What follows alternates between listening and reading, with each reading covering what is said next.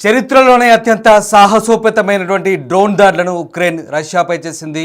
ఈ నేపథ్యంలో ఉక్రెయిన్ రష్యాపై పైచేయి సాధించింది. ముఖ్యంగా అత్యంత అధునాతనమైనటువంటి డ్రోన్ల ద్వారా రష్యాపై విరుచుకుపడి రష్యా సైనిక సామర్థ్యంపై కోలుకోలేని ఎదురుదెబ్బ తగిలింది. మొత్తం మీద 41 రష్యా బాంబర్లను, ఎయిర్ ఫైటర్లను, అలాగే రాడార్ విమానాలను ధ్వంసం చేసిన పరిస్థితి కనబడుతోంది. ప్రధానంగా కంట్రోల్ సిగ్నల్ ఆపరేటింగ్లో వినూత్న ప్రయోగం చేయడం ద్వారా ఉక్రెయిన్ పైచేయి సాధించింది. రేడియో ఫ్రీక్వెన్సీ ద్వారా కాకుండా కేబుల్ ద్వారా ఆపరేటింగ్ చేసి ఈ టెక్నాలజీని వినియోగించడం వల్ల తమ డ్రోన్లను ఎలాంటి ఎలక్ట్రానిక్ డివైజులు జామ్ చేసేందుకు అవకాశం ఉండకుండా ఉక్రెయిన్ జాగ్రత్త పడ్డట్టుగా కనబడుతోంది. ఈ టెక్నాలజీని ఉక్రెయిన్ కంటే ముందే రష్యా అందుబాటులోకి తెచ్చింది, కానీ రష్యా కంటే ముందే వాడి ఉక్రెయిన్ పైచేయి సాధించినట్టుగా కనబడుతోంది. గంటకు 60 కిలోమీటర్ల ఎత్తు ఎగిరే కెపాసిటీ కలిగిన పవర్ఫుల్ డ్రోన్లు ఈ టెక్నాలజీ అందిపుచ్చుకోవడంలో రష్యా కంటే ముందంజలో ఉన్నట్టుగా ఉక్రెయిన్ మనకు కనిపిస్తూ ఉంది. మీరు చూస్తున్న దృశ్యాలు ఉక్రెయిన్ రష్యాపై చేసినటువంటి డ్రోన్ దాడులకు సంబంధించినటువంటి దృశ్యాలవి. చాలా వ్యూహాత్మక దాడిలో భాగంగా రష్యా భూభాగంలోకి చొచ్చుకెళ్ళి మరి ఉక్రెయిన్ ఈ భారీ దాడులు నిర్వహించింది. ఈ దాడుల్లో Tu-95MS అలాగే Tu-20T వంటి వ్యూహాత్మక బాంబర్లతో పాటు A-50 రాడార్ విమానాలు కూడా పూర్తిగా ధ్వంసమైన పరిస్థితి. తమ దాడిలో రష్యాకు చెందిన మొత్తం 41 విమానాలు ధ్వంసం చేసినట్లుగా ఉక్రెయిన్ సెక్యూరిటీ సర్వీస్ చెప్తోంది. ఈ దాడిని రష్యా కూడా ధృవీకరిస్తోంది. రక్షణ మంత్రిత్వ శాఖ ప్రకారం ముర్మాన్స్, ఇర్కుట్స్, అలాగే ఇవానోవో, రెజాన్, అమూర్ ప్రాంతాల్లోని వైమానిక స్థావరాలు టార్గెట్ అయ్యాయి.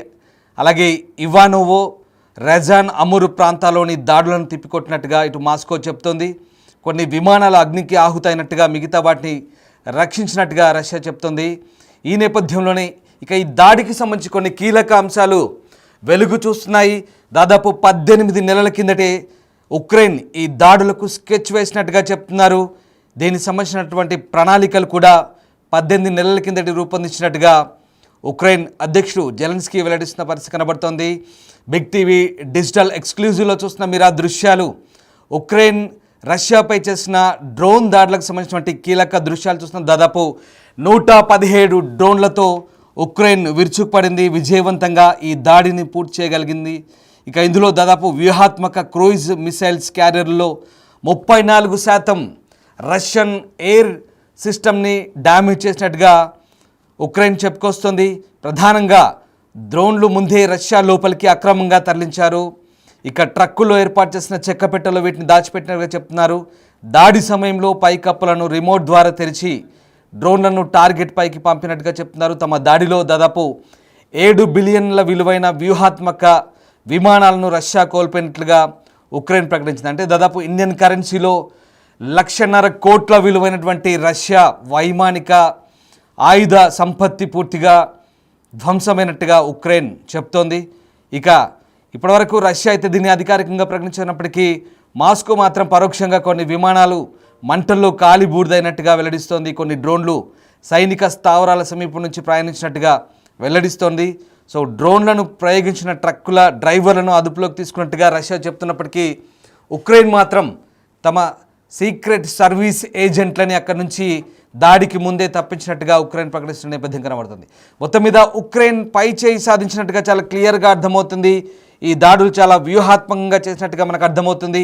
ఉక్రెయిన్ సరిహద్దుల నుంచి దాదాపు 4300 కిలోమీటర్ల దూరంలో ఉండే బెలయా ఎయిర్ బేస్, ఉత్తర సరిహద్దు నుంచి దాదాపు 2000 కిలోమీటర్ల దూరంలో ఉండే ఓలెన్యా ఎయిర్ బేస్ స్థావరాల్లో తీవ్రమైన నష్టం జరిగినట్టుగా వీడియోలో చాలా స్పష్టంగా కనిపిస్తోంది. దాడి తర్వాత మంటలు చెలరేగి విమానాలు కాలిపోతూ పొగలు ఎగిసిపడ్డ దృశ్యాలు మనకు కనబడుతున్నాయి.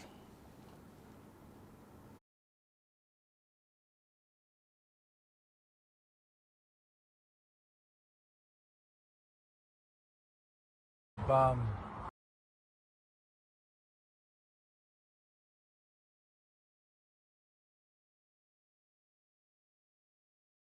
Flawless.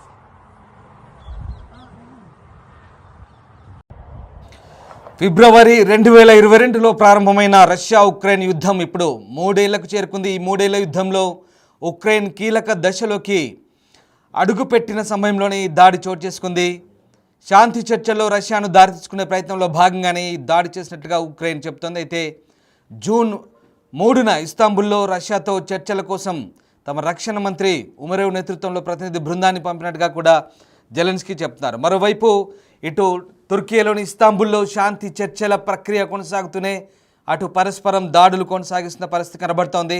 ఓవరాల్గా ఆపరేషన్ స్పైడర్స్ వెబ్ కోసం ఉక్రెయిన్ 115 ఫస్ట్ పర్సన్ వ్యూ ఆత్మాహుతి డ్రోన్లను రష్యాలోకి పంపించి విజయవంతంగా ప్రయోగించడం ద్వారా రష్యా వైమానిక స్థావరాలకు కోలుకోలేని ఎదురుదెబ్బ తగిలింది.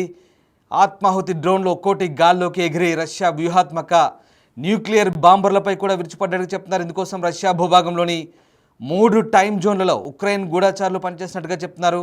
ఈ ఆపరేషన్కు సహకరించిన వారిని ముందే భూభాగం నుంచి సురక్షితంగా బయటకు తెచ్చినట్లుగా జెలెన్స్కీ వెల్లడిస్తున్నారు. ఇక ఈ ఆపరేషన్లో TU-95, TU-22M3 బాంబర్లు అలాగే కీలకమైన A-50 ఎయిర్ క్రాఫ్ట్లు కూడా ధ్వంసమైనట్టుగా చెప్తున్నారు.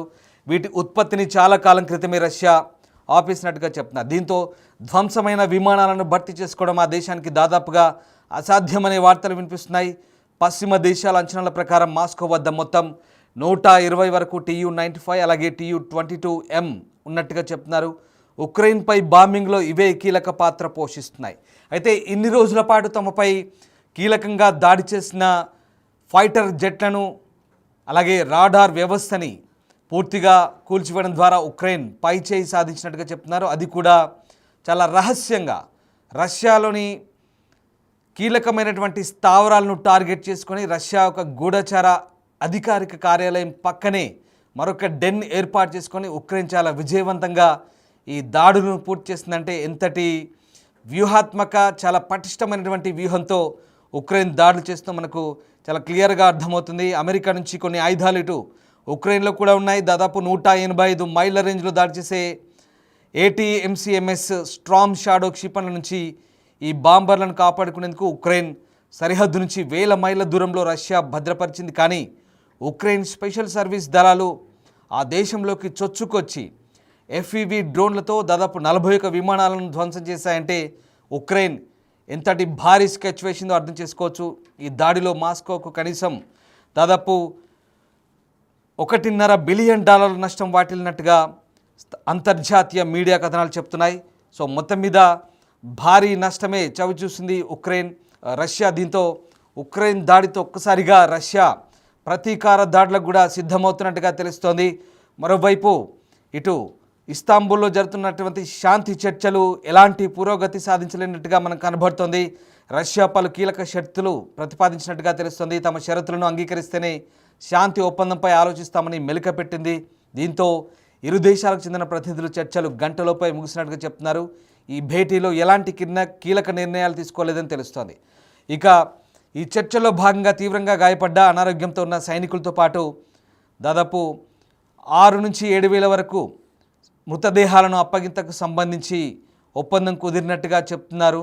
అయితే షరతులు లేని కాల్పుల విరమణను రష్యా తిరస్కరించినట్టుగా తెలుస్తోంది. ఓవరాల్గా ఉక్రెయిన్లోని మరిన్ని భూభాగాలను తమకు అప్పగించాలంటూ రష్యా షరతు పెట్టింది. అలాగే సైన్యం పరిమాణంపై పరిమితులు విధించుకోవాలని, క్రిమియాతో పాటు మరిన్ని ప్రాంతాలను రష్యా భూభాగంలో కలిపేయాలని, అలాగే ఉక్రెయిన్ ఏ సైనిక కూటంలో చేరకూడదంటూ రష్యన్ అధికార భాషగా గుర్తించమంటూ రష్యాపై అంతర్జాతీయ ఆంక్షలు ఎత్తివేయాలంటూ ఇలా రకరకాలైనటువంటి డిమాండ్లతో ప్రస్తుతం రష్యా ఉక్రెయిన్పై శాంతి చర్చల ప్రక్రియకు సంబంధించినటువంటి అంశాలను ముందుకు తీసుకొచ్చినట్టు తెలుస్తుంది. దీంతో ప్రస్తుతం చర్చల ప్రక్రియ ప్రతిష్టంభన కొనసాగి ఎటూ తేలినట్టుగా తెలుస్తోంది.